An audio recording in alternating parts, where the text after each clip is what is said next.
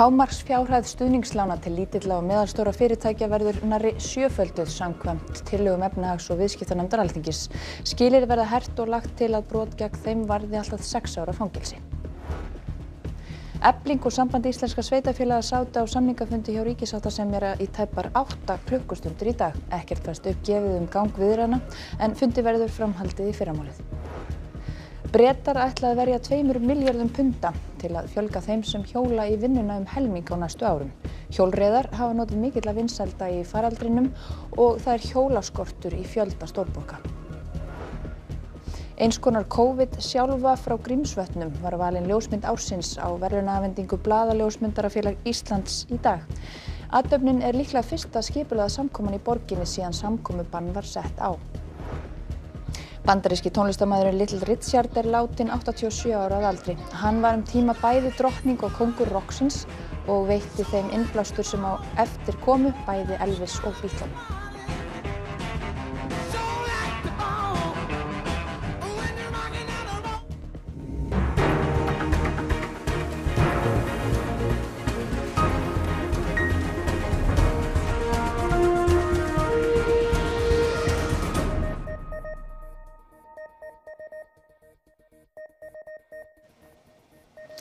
Komið sæl.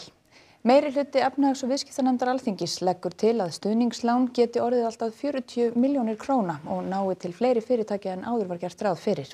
Þá verði skilyrði fyrir lánum hert. Efnahags- og viðskiptanefnd afgreiddi í morgun frumvarp lokunarstyrki og stuðningslán sem eru hluti af efnahagsaðgerðum vegna kórónuveirufaraldursins. Meirihluti nefndarinnar leggur til að stuðningslán sem viðskiptabankarnir veita með samningi við Seðlabanka Íslands nái til fyrirtækja með alltaf 1,2 milljarða króna ársveltu en áður var miðað við 500 milljónir króna. Að stuðningslán með 100% ríkisábyrgð hækki úr 6 milljónum í 10 milljónir og að stuðningslán geti numið alltaf 40 milljónum króna en þá er 85% ríkisábyrgð á upphæð umfram 10 milljónir. Með því að hækka þessi fjárhæðamörk að þá svona samþættast þessi stuðningslán betur við brúarlánin sem nú er að fara af stað með samningum Seðlabanka við viðskiptabankana og þetta nær svona betur utan allt viðskiptahagkerfið. Heildarábyrgð ríkissjóðs með þessum breytingum gæti orðið 40 milljarðar króna í stað 28 milljarða. Meirihluti nefndarinnar leggur til að lokunarstyrkir verði óbreyttir en að þeir skerði ekki stuðningslán eins og upphaflega var gert ráð fyrir. En með hærri lánum er líka lagt til að skilyrði fyrir þeim verði hert, eins og að raunverulega eigendaskráning samkvæmt lögum sé frágengin, að ársskýrslum hafi verið skilað til skattsins og svokölluð CFC-skýrsla vegna eigna í öðrum löndum liggi fyrir. Verði menn upp í sér að því að svíkja út lán sem ég vona nú að engin reyni en þá getur það varðað alltaf 6 ára fangelsi sem er í takt við önnur brot á fjármálamarkaði.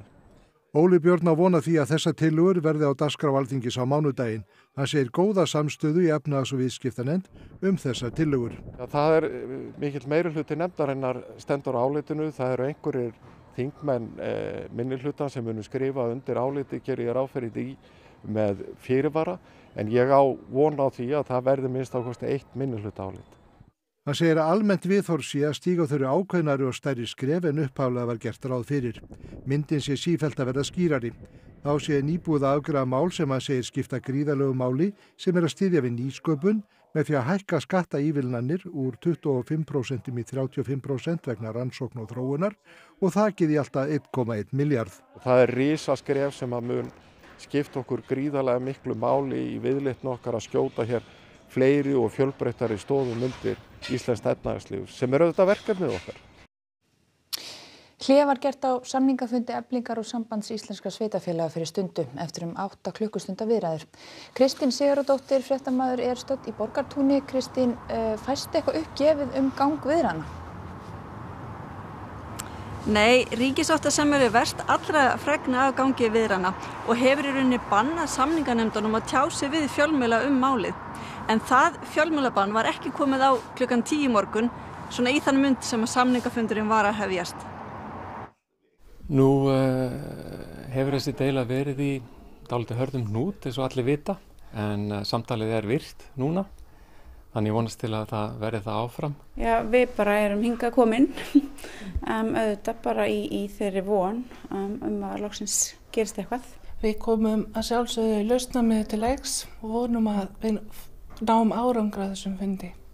Samkvæmt dagskrá á þessu fundur að standa í 7 klukkutíma, heldur hann verði svo langur? Hann gæti orðið svona langur ef að það gerist eitthvað, en annars nei, annars verður þetta ekki langur fundur. Þú hlóst bara þannig að þú býst ekki á löngu fundi.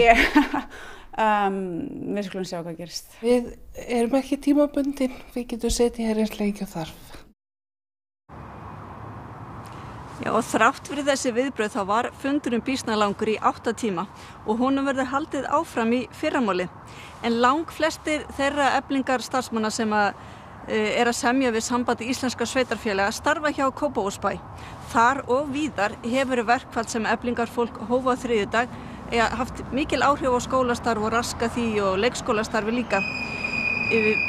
Minnihlutin í bæjarstjórn Kópavogs, hann óttast að betri kjör bjóðist nú eftir nýlega samninga við Reykjavíkurborg og hann óttast að starfsfólkið vilji freka leita í störf þangað. Alls eru 274 félagsmenn í Eflingu í verkfalli og hafa verið frá því á þriðjudag. Langflestir starfa þeir hjá Kópavogsbæ eða 233. Flestir eru skólaliðar í grunnskólum og næst flestir starfa í heimaþjónustu. Ármann Káur Ólafsson, bæjarstjóri Kópavogs, vildi ekki veita fréttastofu viðtal. Minnihlutinn segir að upplýsingar vanti kjaradeiluna. Ég hef lagt fram fyrirspurn í bæjarráði hvað í raun og veru felst í tilboði samninganefndarinnar, hvað það þýðir fyrir Kópavog og síðan hvað Reykjavíkurleiðin myndi kosta fyrir Kópavog, en hef ekki fengið svör við því ennþá. Efling hefur farið fram á sömu kjarabætur og samdist við Reykjavíkurborg. Eftir því sem fréttastofa kemst næst, fela samninga við Reykjavíkurborg í sér 30,8% hækkun launa, en sambandið býður Eflingu 29,7% hækkun. Þá greiði Reykjavík viðbótar greiðslu sem dregst frá þegar störf hafa verið endurmetin. Efling fer einnig fram á auka greiðslu frá sambandinu upp á 20.500 krónur fyrir þá lægst launuðu. Hins vegar ekki rætt að endurmeta þurfi störf hjá sambandinu. Samninganefnd sveitarfélaga segir að borgin greiði ekki hærra en nefndin bjóði, en Efling því ósammála. Ég held að það sé mjög erfitt fyrir Kópavog og fyrir sveitarfélögin innan sambandsins hér á höfuðborgarsvæðinu að greiða eitthvað minna heldur en Reykjavíkurborg, því að við erum að tala höfuðborgarsvæði sem eitt atvinnusvæði og þau eiga mjög auðvelt með að fara bara yfir dalinn úr Kópavoginum og yfir til Reykjavíkur og sækja sér þessi störf þar. Nemi við Háskóla Íslands segir stressandi að fá mögulega ekki vinnu í sumar. Helmingur háskólanema segist eiga í erfiðleikum með að fá sumarstarf. Landssamtök stúdenta vilja atvinnuleysisbætur fyrir nema. Fyrir helgi felldi meirihlutinn á þingi tillögu Oddnýjar Harðardóttur, þingflokksformanns Samfylkingarinnar, að greiða stúdentum atvinnuleysisbætur í sumar. Þetta hefur vakið hörð viðbrögð stúdentarhreyfinga. Fjöldi fyrirtækja heldur að sér höndum vegna kórónuveirufaraldursins og ætlar ekki að ráða inn sumarstarfsmenn. Í apríl var í kringum helmingur nema Háskóla Íslands, Háskólans í Reykjavík og Listaháskólans ekki komið sumarstarf. Það var áður en 57 fyrirtæki fóru í hópuppsagnir í lok mánaðar þar sem 4.600 manns var sagt upp. Hvernig gekk að finna vinnu í sumar? Það gekk bara ágætlega. Mér sömu vinnu á því fyrra. Bara frekar illa. Það er svona, ég er vanalega að vinna sem guide. Sérðu fram á að geta nýtt úrræði stjórnvalda? Já, ég er búin að fá alveg mikið upplýsingum það, en ég á eftir að kynna mér þetta aðeins betur. Já, ég var mjög heppinn þar og ég bjóst bara ekki við því að fá vinnu í sumar eiginlega, sko. En ég hef samt heyrt mikið af öðrum félögum sem hafa verið að ströggla svolítið mikið, sko. En já, flestir eru bara atvinnulausir, margir eru búin að missa vinnur og svona. Er þetta stressandi? Já, það er stressandi, en ég er meira stressuð út af að skila BS-verkinu mínu núna, þannig að ég bara færa þetta stress yfir á seinna. Ríkið ætlar að verja rúmum 2 milljörðum króna í að skapa 3.000 sumarstörf fyrir námsmenn. Þá verður 800 milljónum varið í að bjóða sumarnám fyrir bæði framhalds- og háskólanema. Við teljum að þetta sé það sem muni koma námsmennum best í raun og veru, að halda uppi atvinnustigi, tryggja þeim störf eða þá að möguleika á að halda áfram námi. En duga þessi störf til? Já, það eftir að koma í ljós. Landssamtök stúdenta telja að í kringum 4.000 nemar muni falla á milli skips og bryggju. Fjármálaráðherra telur ekki koma til greina á þessum tímapunkti að námsmenn fái atvinnuleysisbætur.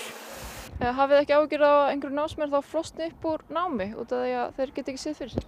Jú, og ég hef átt fund með einmitt námsmönnum það og það eru ýmsar ábendingar frá þeim sem við þurfum að vinna úr eins og til dæmis með frestun á gjalddögum skráningagjalda, þetta hefur verið nefnt, annað varðandi lánasjóðinn, hvort það sé hægt að styðja námsmenn yfir sumartíman, það ýmislegt fleira hægt að gera heldur en að færa menn beint yfir á atvinnuleysisbætur. Ekkert kórónuveirusmit greindist í gær. 2 hafa greinst með veiruna hérlendis á síðustu 6 dögum og báðir utan sóttkvíar. Aðeins 18 eru nú með virt smit á Íslandi og 2 liggja á Landspítalanum með COVID-19 en hvorugur á gjörgæslu. Rúmlega 1770 hafa náð bata. Sóttvarnalæknir sagði í gær að miðað við hversu vel gengur að ná tökum á faraldrinum sé hægt að slaka á samkomutakmörkunum fyrr. Allt að 200 geti jafnvel komið saman í lok maí. Hertum aðgerðum á norðanverðu Vestfjörðum verður aflétt á mánudag. Þá fylgja Vestfirðingar sömu samkomutakmörkunum og gilda annars staðar á landinu. Nærri 2 vikur eru síðan smit greindist síðast á Vestfjörðum. Áhrif á COVID-19 gætir enn víða þrátt fyrir að slakað hafi verið á samkomubanni og öðrum reglum í mörgum löndum. Þetta segja okkur Íslendingar sem búsettir eru víða heim. Heil og sæl frá Finnlandi. COVID-19 ástandið ósköp svipað hér og heima. Og Finnland lokaðist miðjan mars og nú smám saman að opnast aftur litlum skrefum. Grunnskólarnir að byrja núna í miðjan maí og veitingastaðir og allt hitt það opnast í byrjun júní. Og mælt samt með því að fólk fari rólega af stað og haldi nándamörkin sem nú reyndar finnum ekki mjög erfitt. Einmitt. Kveðja frá Finnarskógum. Þetta nú orðin 8. vikan af þessu ástandi og allar líkur á því að það haldi áfram. Það á að endurmeta stöðuna nú 15. maí en allir fréttaflutningur og umfjöllun bendir til þess að ástandið mun vara lengur. New York borgar eru því ekki væntanlegir á vinnumarkaðinn eins og áður var fyrir í júní í fyrsta lagi og það mun það ekki gerast nema í skrefum. Hér liggur allt skólahald ennþá niðri og skólaárinu verður lokið rafrænt. Lestarkerfið nú að loka í fyrsta skipti í 115 ára á nóttunni svo hægt sé að þrífa lestarnar og öllum ennþá skiltaður með grímur ef þeir fara út. Hérna í Austurríki þá búið að létta á samkomubanninu þannig að núna með alltaf 10 manns komið saman svo lengi sem fólk haldi ennþá metisfjarlægð á milli sín. Já, eins og í garðinum og út á götum finnum maður ekki mikið fyrir þessi einhver heimsfaraldur í gangi. Það ekki fyrir maður fer eins og inn í búðir eða í almenningssamgöngur að allir eru með grímur. En maður finnir líka að smá saman eru hlutirnir að verða eins og þau voru fyrir, sem gott. Það ekki búið að vera voða mikið að tilvikum hér, en samkomubannið búið að vera frekar strangt seinustu 2 mánuðina. Flest fyrirtæki eru lokuð og allir skólar eru búin að skipta yfir í netkennslu. Samt heilbrigðisráðherrann búin að segja okkur að reyna að fara út til þess að ná í smá hreyfingu, sem það sem við gerðum í dag. Hér í Suður-Afríku samgöngu útgöngubann síðan 27. mars. Við megum aðeins fara út í matvöruverslun og apótek. Allir skólar eru lokaðir og veitingastaðir líka. Bannað að selja tóbak og áfengi í öllu landinu. 1. maí var aðeins slakað á og núna má til dæmis fara út að hlaupa eða skokka á morgnana milli klukkan 6 og 9. Nokkrar verslanir með hlý föt eru opnar. Þetta komið vetur hér í Suður-Afríku. Við erum hér í Brooklyn í New York, þar sem það gildir ennþá hálfgert útgöngubann hérna. Það þetta má fara út, við getum farið út að kaupa mat og gera það sem gera þarf. Það allir með grímur, þetta dálítið svona sorglegt ástand eins og maður segir eins og Það ennþá mikið dauðsföll, það var komið 300 mann sem dóu í gær hérna í fylkinu. Óðinn, þú ert ennþá í skóla. Hvernig skólinn? Ekkert sérstakt, allt í lagi. Hvernig ferðu í skólann? Ég á tölvu bara heila tíma. Já, og það bara búið að vera svona meiri mánuð, eða ekki? Meira, já. Og hvernig heldur þú hitti krakkan aftur í skólanum? Vonandi í september. Hér eins og annars staðar snýst allt baráttuna gegn kórónuveirunni þessa dagana.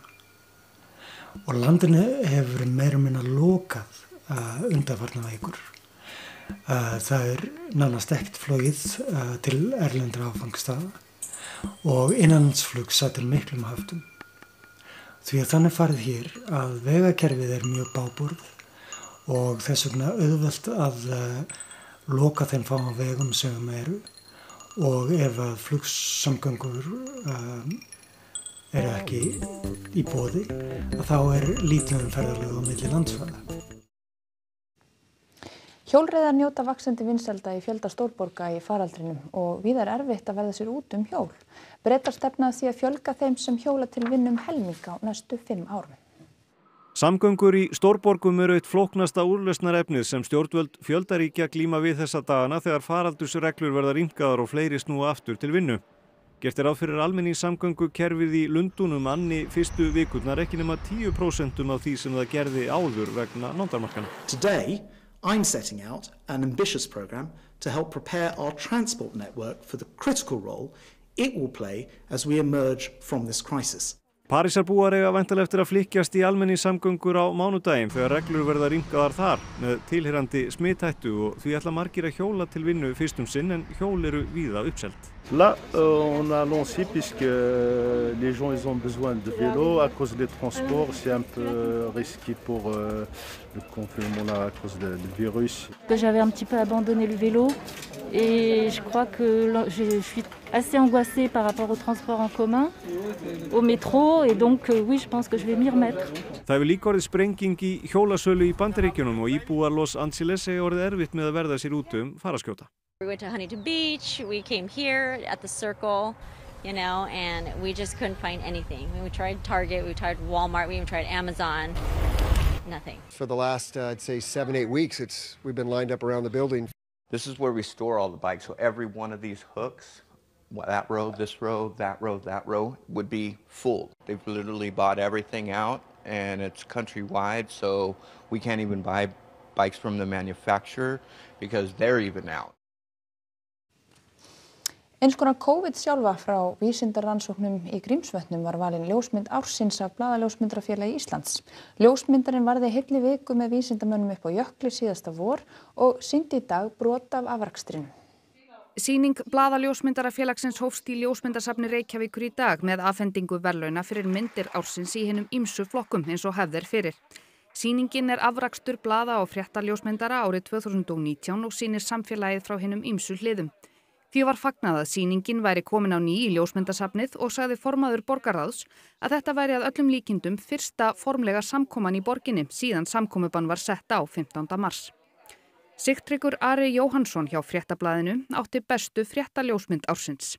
Heiða Helgadóttir Stundinni fékk verðlaun fyrir portrett og daglegt líf. Kristinn Magnússon og Eggert Jóhannesson Morgunblaðinu áttu íþróttamynd og umhverfismynd ársins og Aldís Pálsdóttir átti tímaritamynd ársins 2019. En það var svo Kjartan Þorbjörnsson, Golli, hjá Iceland Review sem fékk verðlaun fyrir myndaröð ársins og hluti þeirra myndaraðar var valin ljósmynd ársins. Mynd af vísindamönnum í Grímsvötnum við vatnsmælingar. Þegar maður eyðir heilli viku upp á Vatnajökli og Grímsvötnum og öllu því sem allir þeirri dýr sem það þá náttúrulega myndefnið endalaust innan mjög skemmtilegt fólk. Þannig að ég átti ógrynja myndu þegar ég kom tilbaka. Það var mjög erfitt að skera það niður í þessa litlu seríu. En þetta er drónamynd og þetta er sannlega í fyrsta skipti held ég sem að mynd ársins í raun og veru sjálfsmynd þar sem að þessi litli hópur sem þarna á ísnum eru nokkri vísindamenn og ég. Þannig að þetta er svona selfie í öðru veldi? Já, þetta er svona kannski COVID-selfie sko. Selfie tekið langt frá. Einn af frumkvöðlum rocksins, bandaríski tónlistarmaðurinn Little Richard, látinn 87 ára að aldri.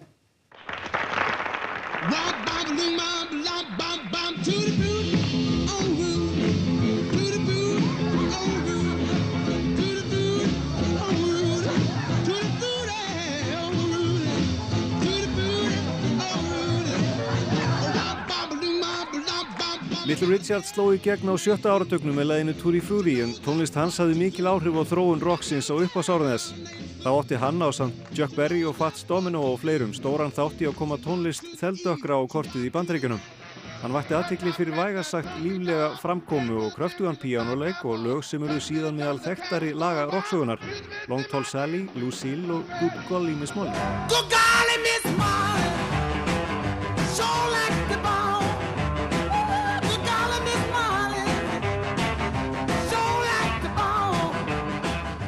Richards sem hét réttu nafni Richard Wayne Penniman var tekinn inn í frægðarhöll Roxins árið 1986 ásamt Elvis Presley og fleirum en hann sagðist hafa rutt brautina fyrir Elvis. Hann talaði opinskátt kynhneigð sína og sagðist hafa verið rockkóngur og drottning á sama tíma. Fjöldi tónlistarmanna hefur vottað honum virðingu sína í dag og almennt talið að rockið hefði ekki verið samt nema fyrir tónlist og takta Little Richards.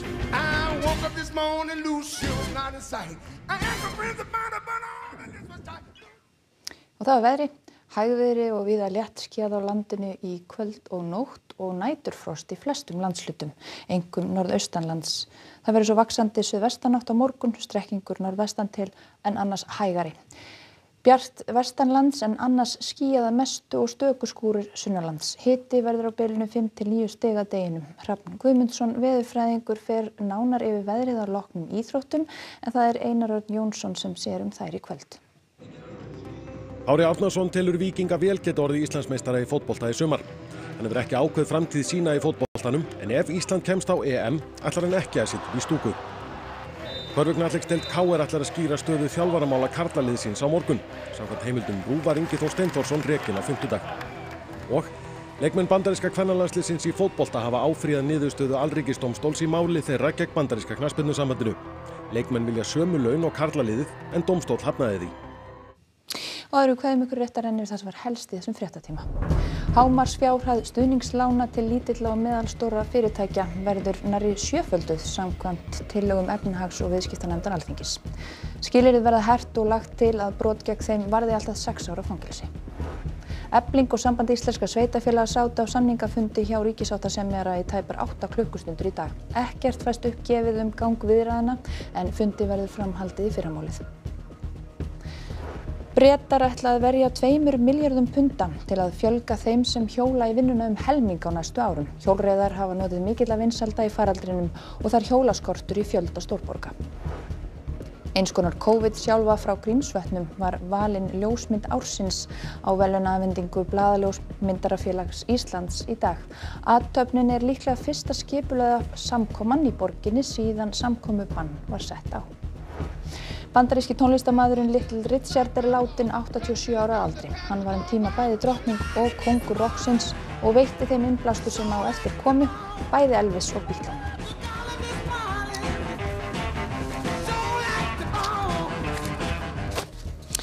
Þessum fréttatíma er lokið og næstu fréttir verða lesnar í útvarpinu klukkan 10 kvöld og vefurinn RÚV.is er uppfærður allan sólarhringinn. Við minnum ykkur einnig að hægt er að horfa á þennan fréttatíma og margt fleira í RÚV appinu. Hafið það gott og verið sæl.